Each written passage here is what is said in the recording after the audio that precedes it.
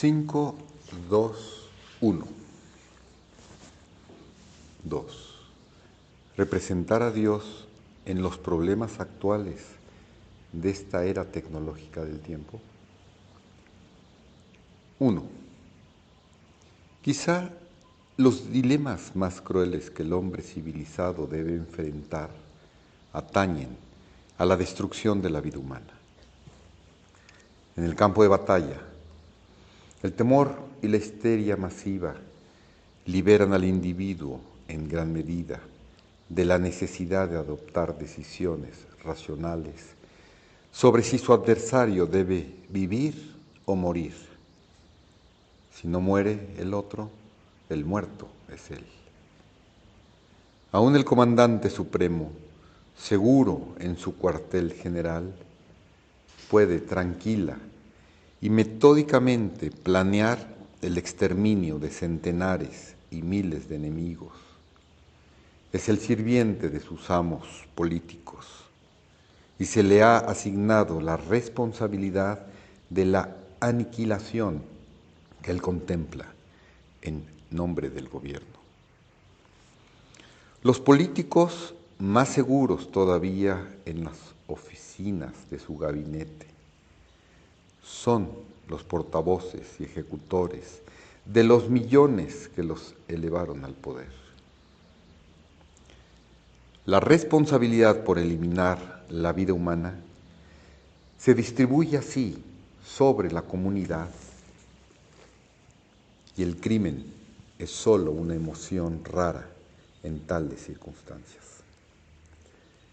De manera semejante, en aquellas comunidades que todavía infligen la pena de muerte a sus delincuentes, la responsabilidad por el asesinato judicial reside en la sociedad en su conjunto y ni el juez ni el verdugo tienen que cargar con el terrible acto en sus conciencias. Sin embargo, en la guerra y en la pena capital, la sociedad decreta que ciertos seres humanos no deben vivir.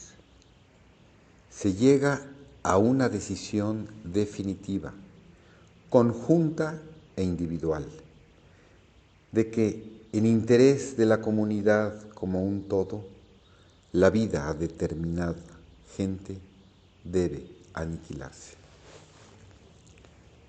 La Iglesia no ha sido nunca capaz de asumir una línea inequívoca ya en cuanto a la guerra o la pena capital. Con una historia tan sangrienta detrás de ella, resulta difícil advertir cómo podría hacerlo.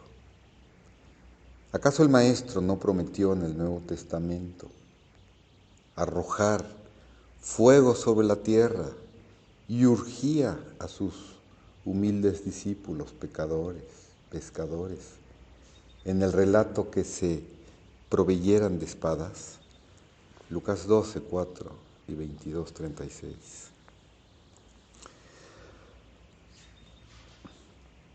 Algunas sectas cristianas que han predicado el pacifismo ponen más énfasis sobre aquellas conocidas frases de Jesús que exigen a sus seguidores amar a sus enemigos. Empero, imposibilitado de desligarse por completo de la civilización para vivir en alguna lejana isla desierta, es difícil saber cómo puede un pacifista escapar indemne de verse envuelto en una guerra realizada en su nombre por sus conciudadanos. De cualquier modo, amar a sus enemigos puede interpretarse de maneras distintas. Sin duda los verdugos de la Inquisición eran sinceros en su creencia de que al destruir la carne mortal de un hereje, demostraban amor por su alma. Mejor morir quemado en la plaza del mercado a manos de la Iglesia que en el infierno acompañado del diablo. decían.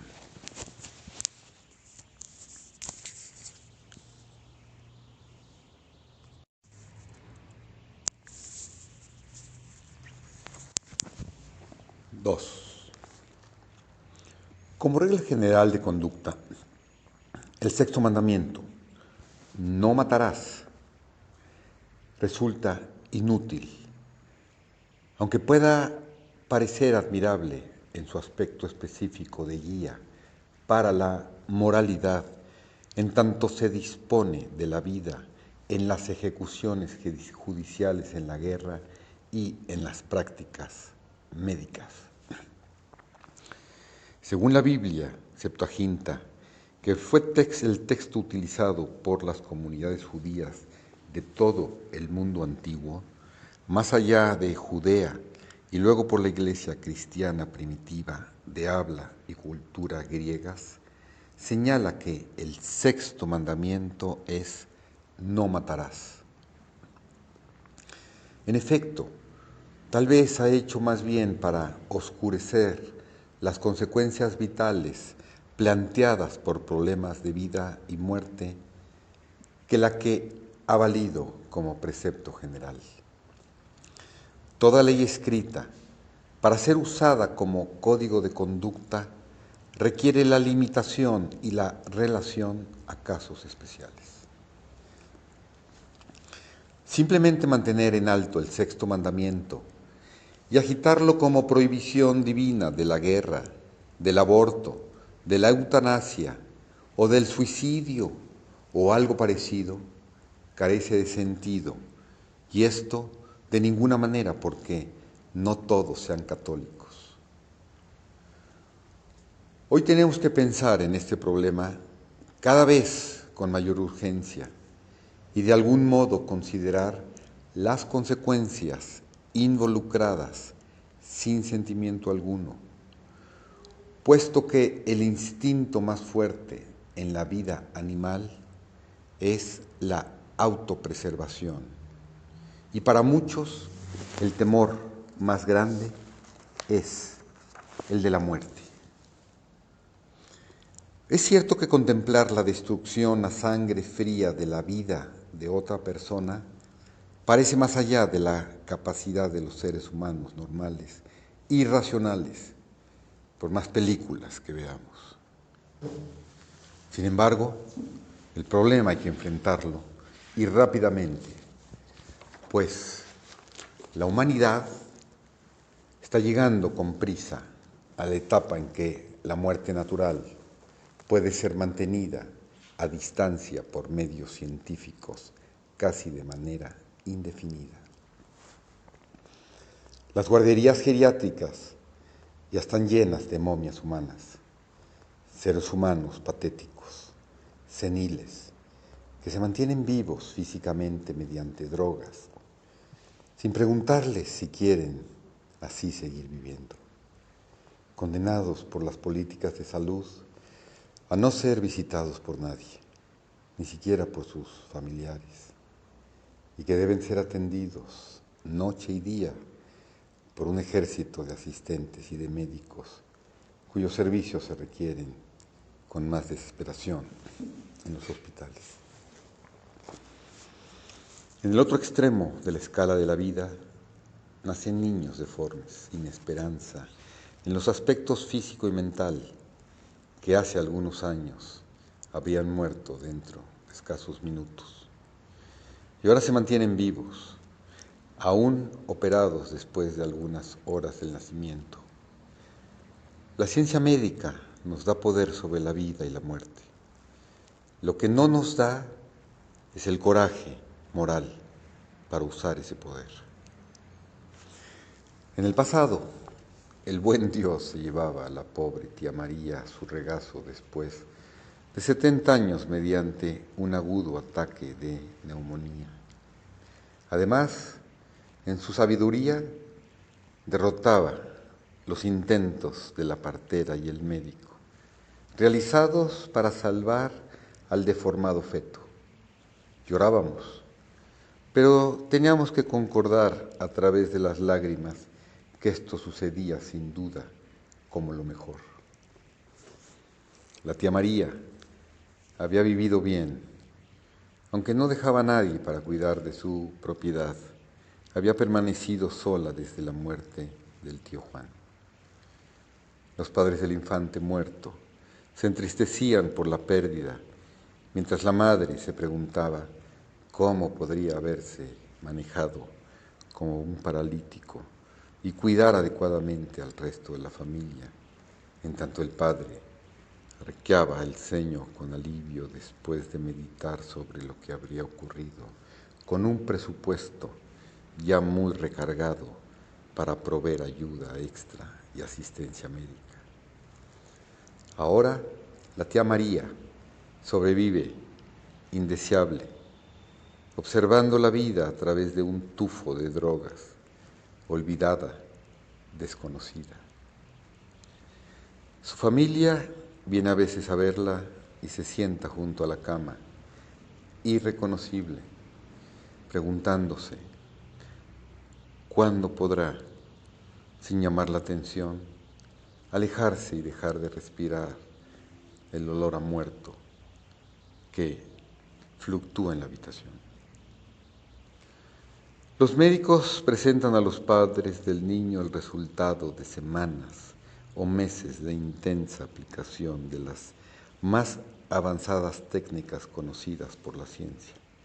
Está vivo, su corazón late, empero, su cuerpo deformado horriblemente para siempre, y no obstante el amor y el afecto que sus padres pueden brindarle, también para siempre, es una carga y una tensión emocional que pesa sobre la familia. ¿Quién adoptará la decisión de que la vida no es digna de salvarse? Y después de haber decidido que la vida debe terminar, ¿quién cortará el hilo y deliberadamente retirará las drogas en el próximo ataque de neumonía u omitirá limpiar los pulmones del niño al nacer? Tales decisiones tienen que tomarse. Y al señalar los 10 mandamientos con dedos nerviosos como puñales, se verá que estos no los ayudarán a resolver los problemas. Hemos obtenido poder a través de nuestra tecnología y ahora debemos saber cómo emplearlo. Es imposible retroceder.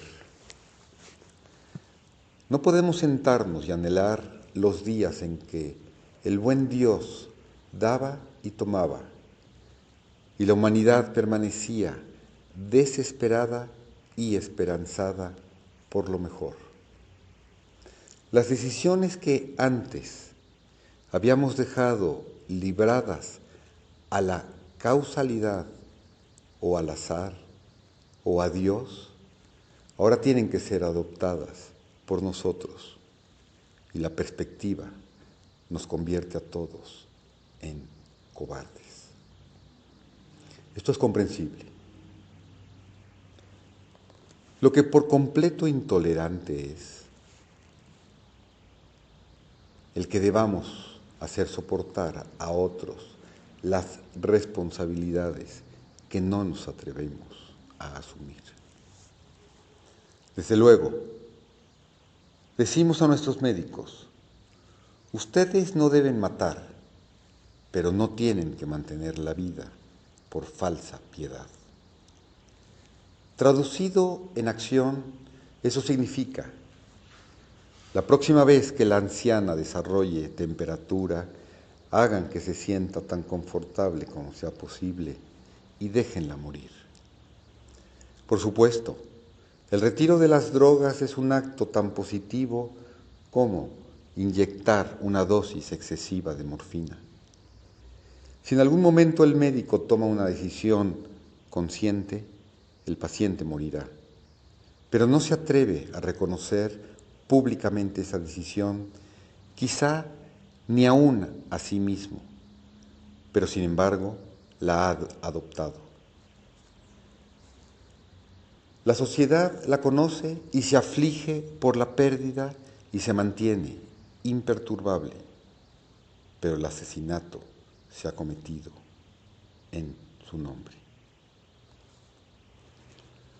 Un niño talidomídico, la talidomidia, es un fármaco desarrollado por la compañía farmacéutica alemana Grünenthal GmbH y comercializado de 1957 a 1963 como sedante y como calmante de las náuseas durante los 3 primeros meses de embarazo. Hiperémesis gravídica, causando miles de casos de malformación congénitas. 3 hermanos y yo nacimos sanos entre 1957 y 1960. Y le pregunté a mi madre si la había tomado. Me dijo que no, lo consideró apropiado y no la tomó.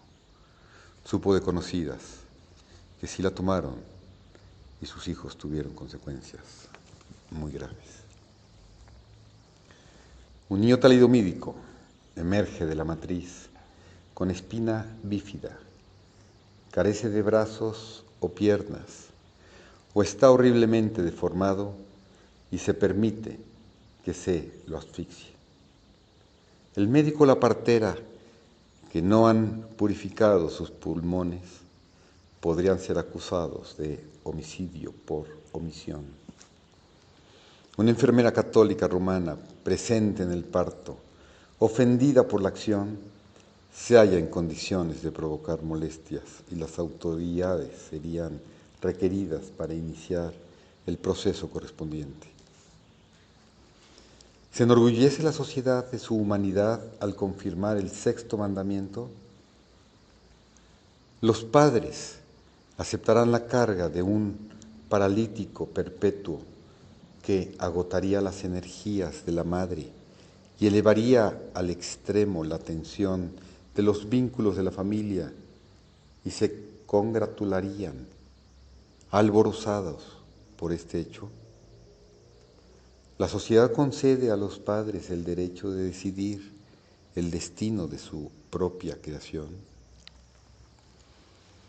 Un padre que conoce las consecuencias de la deformación podría abogar ante el médico que se aniquilase al recién nacido, mas la decisión quedaría absolutamente en manos del médico, pues el peso de la ley caería sobre él si el caso se descubriese.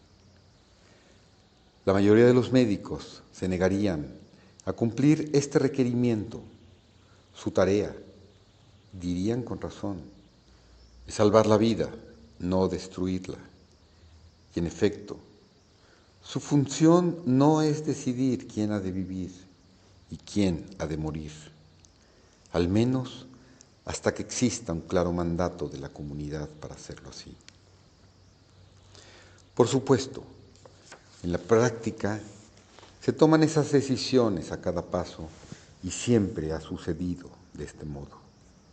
En muchos casos de cáncer terminal debe ser muy dudoso saber si fue la enfermedad la que produjo la muerte real o las drogas que extirpan el dolor, las que son administradas en dosis siempre crecientes para que el paciente no sufra más de lo necesario. El médico comprende, sin duda alguna, que en tales casos deliberadamente está apresurando la muerte, cualquiera sea la explicación eufemística del proceso que describa a los parientes. Ahora bien, ¿quién cuestionaría los motivos o la moralidad de la acción? ¿Tiene la sociedad el derecho a pedirle a un médico que soporte la carga moral de terminar la vida? Casi hemos alcanzado el límite en que tendremos que decidir por nosotros mismos el poner fin a la vida cuando ésta ya no tiene sentido o impone un suplicio intolerable sobre otros. Y si es así, entonces el médico tiene derecho a exigir de la sociedad una guía clara e inequívoca. No podemos seguir eludiendo nuestras responsabilidades con el pretexto de la piedad o la ambigüedad y colocar al médico con la jeringa en lugar de Dios. Si reconocemos que la preparación del médico simplemente sirve para curar a los individuos de sus males mortales, entonces no podemos esperar de él que dé juicios morales. No debe ser consultado para decidir sobre cualquier problema, sino sobre cuestiones médicas. Es decir, no si una mujer debe soportar un aborto, o si los padres deben ser obligados a aceptar un hijo deforme, o qué hacer cuando se sienten incapaces de cuidar de manera adecuada, o si la tía María debe continuar indefinidamente su existencia de momia. En el presente, corremos el peligro de reemplazar a nuestros médicos por nuestros sacerdotes, como si la ciencia se convirtiera en un confesionario. Muchos médicos, en general, resisten este proceso, no menos que la presión del tiempo en una práctica absorbente que no les permite, en efecto, escuchar el desahogo de una hora de infortunios y pecados personales para obtener una aspirina de absolución cuando la sala de espera está colmada de gente físicamente enferma. Pero hay otros en la profesión médica que no se niegan a vestir el manto del consejero espiritual para predicar su particular consigna de piedad moral. Tales médicos no responden a las preguntas de aborto y eutanasia según términos rigurosamente médicos, sino ofrecen juicios éticos junto con su medicina, y si han prestado fidelidad a alguna secta restringida o puritana, pobre paciente.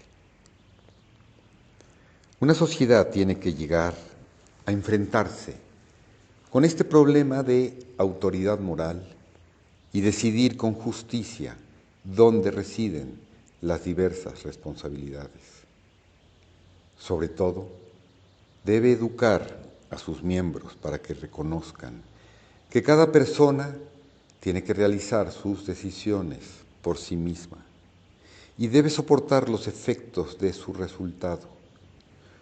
Todos necesitamos ayuda, algunas más que otros, pero el fin hacia el cual la sociedad se mueve es hacia la libertad del individuo para dirigir su propia vida.